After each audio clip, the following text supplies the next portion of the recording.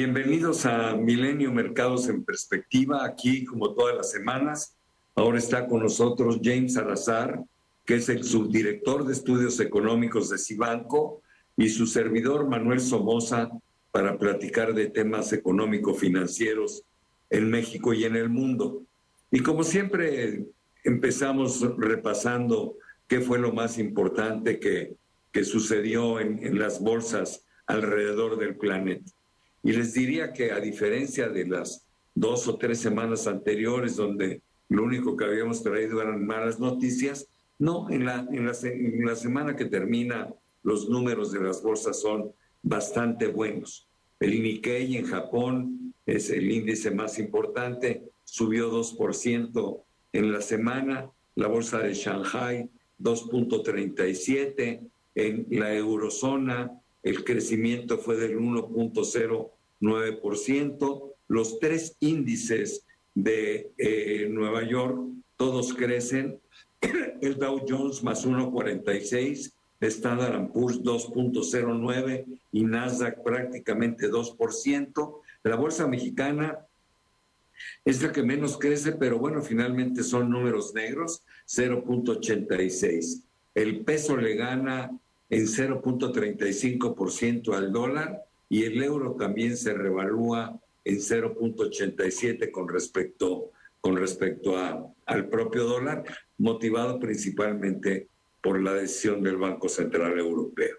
Y ya entrando a la materia, yo creo que uno de los temas más importantes de la semana fue precisamente la decisión del Banco Central Europeo de incrementar la tasa de interés en 75 puntos base. Esto es muy poco frecuente, sobre todo en Europa, es un incremento muy, muy grande. Yo no tengo muchos recuerdos de incrementos de ese tamaño.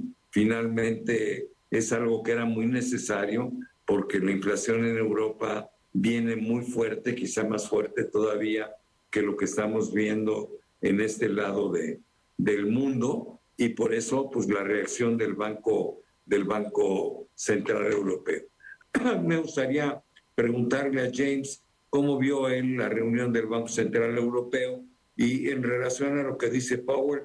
Bueno, pues creo que no hay cambio, pero a lo mejor tú tienes otra opinión, mi querido James. Adelante, por favor. Gracias, Manuel. Quisiera retomar, ¿no?, con lo que iniciaste. Es una muy buena noticia que los mercados hayan reaccionado en esta semana de forma positiva. Parece que poco a poco ya asimilan y se adaptan a este nuevo escenario en que los bancos centrales tienen que endurecer su política monetaria, que los costos de no hacerlo son mayores de hacerlo. Pues la realidad es que el tener inflaciones altas generan todo tipo de costos económicos y sociales. Entonces, en ese sentido, es algo muy favorable y muy positivo que hayamos tenido una semana favorable para los mercados. Y regresando al tema del Banco Central Europeo, había crecido las presiones en las últimas semanas, en los últimos días, sobre la necesidad de mandar mensajes contundentes. Y la autoridad europea hizo eco de ello, y como bien comentabas, en la historia del Banco Central nunca se había dado un incremento de 75 puntos base. La inflación está en máximos históricos, en agosto alcanzó el 9.1%, hay la posibilidad de que incluso supere el 10% en los siguientes meses. Nadie sabe cuándo va a tocar el techo porque hay un problema energético muy serio, muy fuerte. Los costos de electricidad y del gas cada semana se incrementan a doble dígito. Y entonces sí, era muy necesario este tipo de decisiones. Y retomando lo de la Fed, efectivamente Powell reaparece después de este discurso que dio en Jackson Hole, en el que tiró todas las canicas diciendo la Fed, el mandato que tiene actualmente, dado que el empleo se mantiene relativamente fuerte, es controlar la inflación a toda costa. Y lo que me gustó en esta declaración que hizo en la semana fue decir, no vamos a concluir, no vamos a cambiar de estrategia hasta que el trabajo esté hecho. Y esto pues eso es un mensaje muy claro en el sentido de es necesario seguir con las restricciones de política monetaria. Esto es seguir o continuar con las alzas de tasas de interés. Así es. Oye, en la misma línea de lo que comentaba sobre el tema europeo, una de las cuestiones de esta semana fue la reunión de ministros de energía de los distintos países que están en la eurozona. con objeto de tratar de llegar a algún acuerdo para detener el crecimiento de los precios. Yo lo veo como algo extremadamente complicado. Te voy a confesar, no acabo de entender cuáles son los mecanismos que pensarían en utilizar, pero sí me interesa mucho tu opinión al respecto. Sí, la Unión Europea lo que está haciendo es gastando todas las posibilidades para tratar de minimizar el costo económico que están sufriendo la mayoría de las familias de la región. Hay algunos países más afectados que otros, pero en términos generales todos están sufriendo el alza significativa de los combustibles. Entonces, acordaron mediante una reunión de emergencia empezar a discutir algunas posibilidades como establecer precios máximos. Coincido contigo, o sea, suena más a un tema político, a tratar de quedar bien con el electorado. Son cuestiones muy difíciles de sortear e incluso es una decisión muy complicada porque tienes 27 integrantes en la Unión Europea, cada uno defendiendo intereses propios. Entonces, no hay un acuerdo como tal, pero las discusiones se mantienen y al final de cuentas se envía un mensaje al mercado de, bueno, hay intentos para tratar de estabilizar y reducir los riesgos, aunque las probabilidades de éxito sean limitadas. Totalmente de acuerdo. Ahora vámonos a México. Aquí hubo mucha información en la semana. Yo creo que la más importante, bueno, hubo dos grandes noticias. La inflación del mes de agosto y luego la presentación del paquete económico. Pero la inflación en México a mí por lo menos me preocupa porque los datos son francamente malos. La de agosto fue de 0.70 en el mes, pero la de los últimos 12 meses se subió del 8.15 que la teníamos hasta el 8.60 y más me preocupa ver también que la inflación subyacente sigue subiendo y está arriba del 8%, para ser puntuales el 8.05. Entonces yo creo que tenemos ya un tema de una inflación que se está convirtiendo en algo estructural. Obviamente esto va a forzar al Banco de México a que se mantenga muy firme creciendo la tasa de interés. Primero va a tener la información que hoy es desconocida de cuál fue la inflación en agosto en los Estados Unidos. Y es un dato verdaderamente importante. Nosotros presumimos que puede bajar otro poquito de los niveles que vimos en julio, lo cual sería una buena noticia. Y luego va a saber Banxico qué es lo que hizo la Reserva Federal. Pero bueno, aquí tu opinión es muy valiosa. Sí, Manuel, coincido en esta parte. El primer tema que tiene que ver con esta preocupación creciente de la inflación, parecía ser que no se le ve forma de que pudiera estar controlada.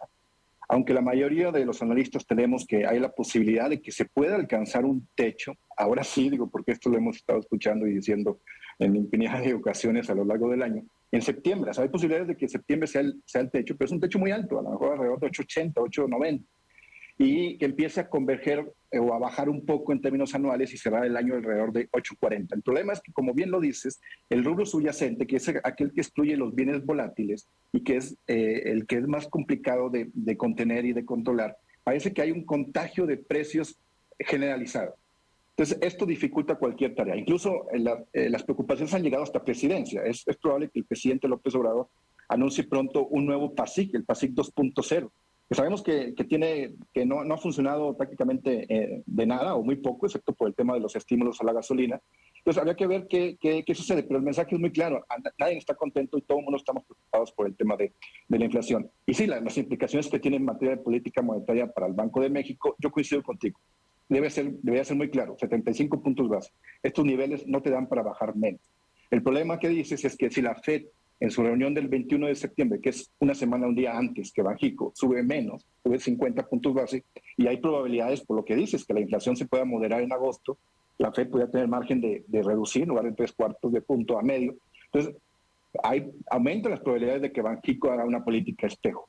De acuerdo, James. Oye, a reserva de la semana entrante hacer un análisis más puntual del paquete económico para el 2023, porque el tiempo se nos está acabando, sí me gustaría un comentario sobre lo que sabemos al día de hoy. A mí me parece que es un paquete que no cambia nada, que deja las cosas más o menos igual. Sí se deterioran un poco las razones financieras de la macroeconomía mexicana comparadas con el tamaño de la economía, porque se crece algo el gasto, la economía no crece.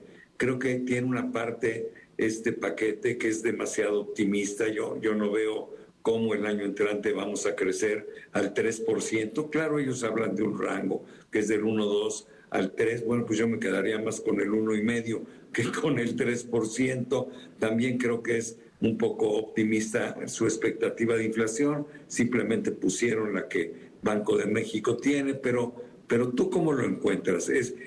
Por ejemplo, una pregunta muy importante. ¿Tú crees que las calificadoras se van a quedar satisfechas con este presupuesto, con este paquete? Satisfechas como tal no, pero seguramente es suficiente como para mantener sin cambios la calificación de la deuda soberana. Coincido contigo. Y bueno, no debe sorprendernos el hecho de que sea optimista. En todos los paquetes económicos generalmente son, en todas las administraciones. Aquí a lo mejor tres variables, como bien comentas, podrían generar algo de ruido, que es la estimación del crecimiento del PIB, la de la inflación y la de la producción de la plataforma petrolera, ¿no? La realidad es que ninguna de esas tres luce fácil de cumplir las expectativas que tiene el gobierno. Adicionalmente, el problema que hay es que se ha reducido el margen de maniobra.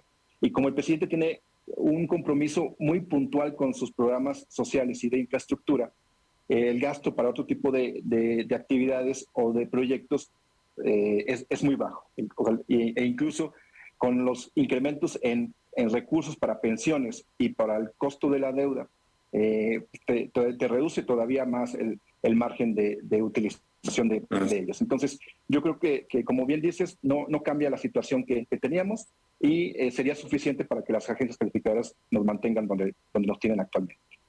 Así es, James, se nos acabó el tiempo. Muchísimas gracias, te agradezco mucho tu participación, pero sobre todo gracias a todos ustedes que semana a semana están aquí con nosotros en Milenio Mercados en Perspectiva.